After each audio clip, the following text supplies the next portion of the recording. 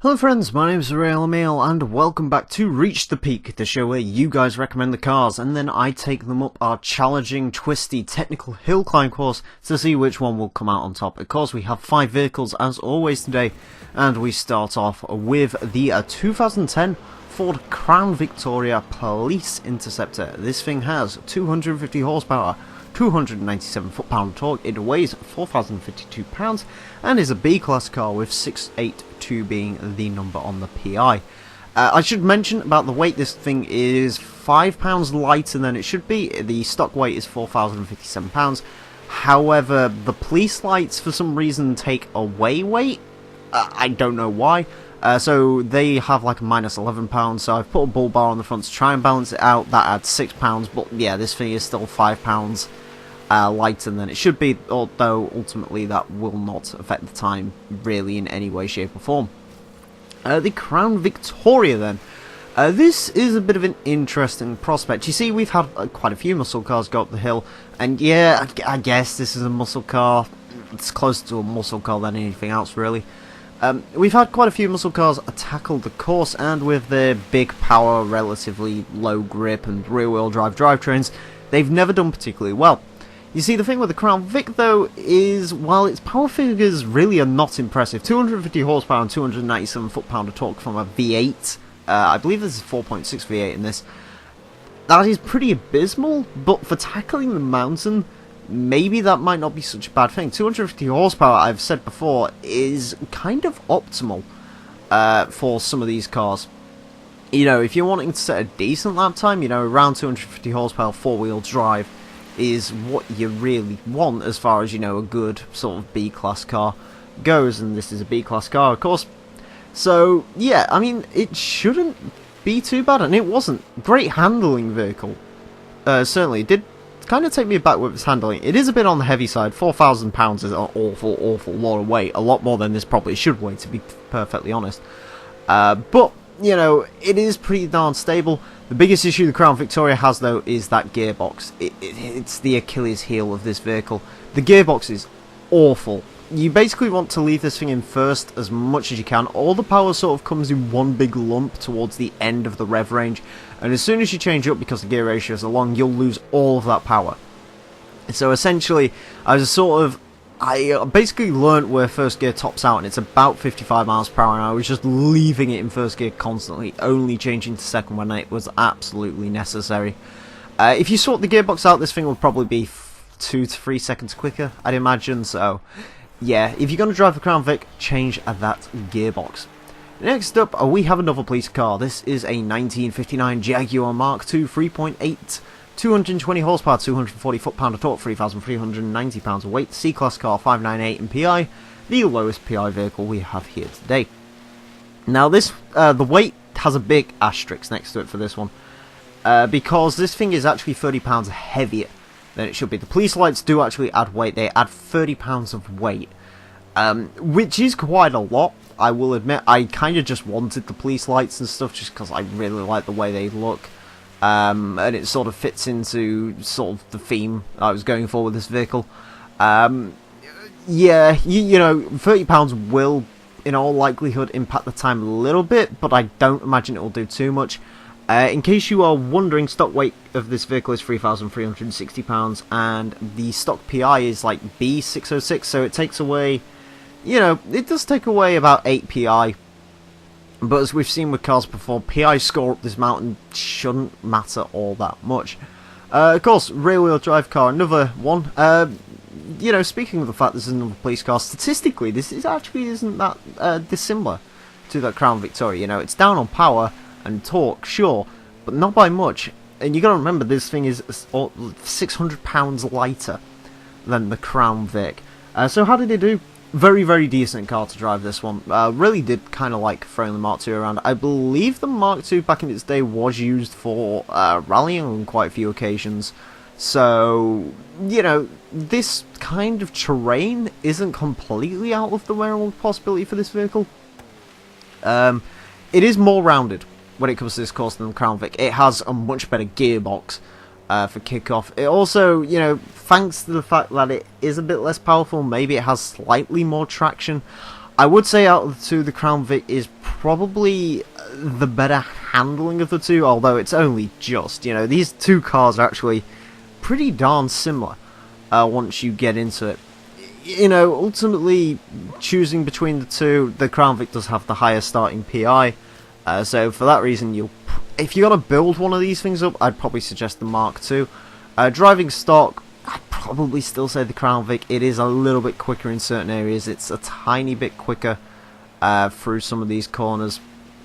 And ultimately, you know, tiny bits, especially on a track with this many corners, can make a big difference, but we'll have to see it to the end of the show which one came out on top out of those two vehicles. Next up, we have a 2016 Nissan Titan Warrior Concept vehicle, 310 horsepower, 555 foot-pound of torque, 6,986 pounds of weight.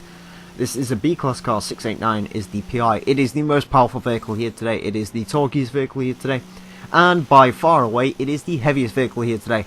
In fact, this thing is almost 3,000 pounds heavier than that Crown Vic. That's an awful lot of weight, but you'd expect that from a pickup truck, especially one with a big diesel engine such as this one. This is another interesting prospect. You see, we had the Gurkha go around recently, and the Gurkha was awful. However, the Gurkha had a lot of torque, and I was thinking that might play into the Gurkha's favour, and it didn't really, so I was kind of interested to see what the Warrior would do. 555 pounds-foot of torque is an awful lot of torque to be putting through the wheels, and you got to remember this is an all-wheel drive truck as well, so that also helps. Ultimately though, I'm thinking torque isn't that big of a factor. You see, while the Titan was a very good handling vehicle, was a bit on the slow side. I would say this might be a little bit slower than that Crown Vic, honestly not by much. When it comes to sort of straight lines, by the way, I'm talking through corners, this is slightly quicker because all-wheel drive. You know, the Crown Vic is probably the quicker of the two in a drag race, and even uphill, you know. Torque should technically be helping this car up the hill quite a lot, but it kind of doesn't really bring in that much of a factor, which kind of surprises me a little bit, considering, you know, hill climb. You do want torque for a hill climb, of course, you know, it's no good having no torque whatsoever. You know, we kind of saw that with the Civic a little bit. It was sort of having issues when it wasn't, you know, in the red line. But ultimately, yeah, you do want more power than torque, I'd say, around here. Compared to other pickup trucks, I probably wouldn't choose the Titan over, say, a Raptor. The Raptor is a lot lighter than this vehicle. The Raptor's 2011 Raptor is about £1,000 heavier, 1,000 pounds lighter than this thing. So for that reason, I'd probably take a Raptor over this, but certainly the Titan is a very interesting choice if you want a pickup truck. It's a cool looking pickup truck as well. It's a very cool looking pickup truck, especially with this livery, which looks absolutely fantastic on this vehicle. Yeah, Titan, surprisingly, yeah, not a bad vehicle overall. We have another all-wheel drive car next, and this one is probably going to be the most interesting to you guys today. This is the 1998 Subaru Impreza 22B, 276 horsepower, 265 foot-pound of torque, 2,800 pounds of weight. The lightest vehicle here today, this is. And it's also the highest in PI, with an A-Class 761 being the number on the PI.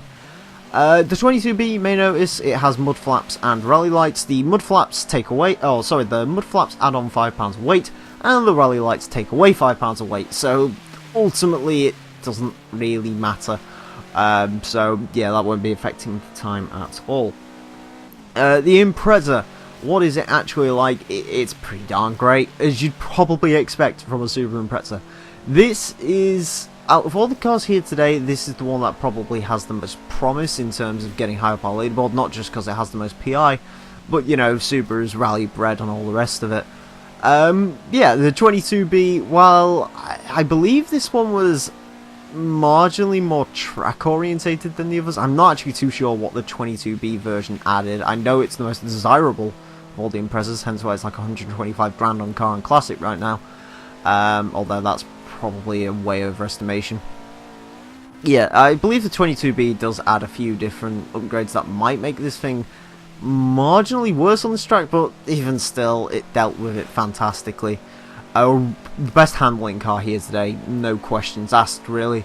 The quickest in a straight line as well, probably. You know, it is a pretty well-rounded car. car, especially for this track. You know, 276 horsepower is about right. £2,800, yeah, you know, it is a fairly lightweight vehicle, which, you know, again, that also does play into the price of this car. You know, you want something around £3,000, and, you know, this is a smidgen under that, so obviously it should be doing relatively well. So, yeah, 22B, you don't need me to recommend this car. If you guys like this car, you're going to be out there driving it anyways, because, yeah, the 22B is pretty popular. Personally, it's probably my least favourite of all the Imprezas. Just not a huge fan of this particular model, but, yeah, even I can't deny this was a very good car up the hill climb. And finally today, we have another silly muscle car. This is a 1973 Ford Falcon XB, 300 horsepower, 380 foot-pound of torque, 3,047 pounds of weight. B-Class 692 is the PI. So, the Ford Falcon is, yeah, it's another silly muscle car from the 70s. However, there was something interesting with the Falcon. This thing didn't have nearly the amount of power I was expecting from this thing. Conversely, it also didn't have nearly the amount of weight I was expecting. You know, you look at the Falcon and you think, right, that's going to have about 400 horsepower, it's going to weigh about 4,000 pounds. It has 300 horsepower, weighs 3,047 pounds. As far as muscle cars go, that is essentially a Caterham, which is a good thing for this course. And certainly, you know, 300 horsepower, it is a fair amount to put through the rear wheels, of course, for a rear-wheel drive vehicle. But it isn't as much as, you know, say in a heavy Cuda or something of that sort. And as a result, Falcon surprisingly decent to drive up here. Out of all the muscle cars, this is probably one of the more well-rounded to a course like this. If any muscle car is going to do relatively well, this should be one of them. I'm not a huge fan of this model Ford Falcon, if I'm being honest. You know, I do prefer the sorts of earlier four-doors and the later four-door vehicles. I'm not a huge fan of this sort of two-door Falcon. But nevertheless, it is... Even I can't deny that this, statistically on paper, is a very good muscle car in terms of this course. And even driving it, you know, surprisingly decent vehicle to drive. Not the best handling vehicle here today. You know, it's not even really on Crown Vic levels. But it could be a lot worse. You know, that's the one thing to remember with this car. You know, we have driven muscle cars up here that were a lot worse than this. You know, stuff like the Cuda. But this, yeah, wasn't a bad vehicle at all. Of course, I've got that classic yellow, red and blue police livery on here. As all the cars here today have actually had police liveries on them, as you may have noticed. I just wanted to create some consistency between the vehicles, and I thought, you know, if the Crown Vic and Jaguar Mark II are going to go up in an episode, may as well go all out with it and choose some vehicles that are kind of police cars, I guess. So I guess this is a police car special. Not really, sort of is. Anyways, yeah, Falcon, solid muscle car. Very interesting to see where this will place on our overall leaderboard. And speaking of the overall leaderboard, it is time to come to that for today. And the fastest car today was indeed the Subaru 22B, going into 6th place with a 2:16.603. Beats out BAC Mono by almost 2 seconds, beats out Viper by 2.2 seconds. Very quick car, the 22B. Finally something that's managed to break in the gap between the Gymkhana and the Mono. So it'll be very interesting to see sort of what will join that car as the series progresses. Moving on to the rest of the cars today, and the Nissan Titan is the second fastest, going into 19th with a 2:31.352. Just underneath that is the Ford Falcon XB, going into 20th with a 2:31.485. Very decent. The Falcon manages to beat out a Toyota Truno, and yeah, the Titan concept does surprisingly well as well, considering how much that thing weighs. Crown Victoria goes into 23rd with a 2:33.030. I honestly think if that vehicle had a better gearbox, it would probably be up there with the Falcon XB, just because it felt just as good as the Falcon XB, but yeah, that gearbox did limit it. And the Mark II Jag is the slowest car today, going into 24th with a 2:37.891. But when you consider that's a 1959 car, you know, that's a car which is almost 60 years old now. That's still pretty darn impressive, if you ask me. So yeah, anyways, that is all the vehicles taken up the hill for today. Thank you all very much for watching. As always, if you have requests for vehicles you'd like to see tackle my hill climb course, then feel free to display them down below in the comment section. Anyways, thank you all very much for watching, friends. My name's been the Real Emile, and until next time, farewell.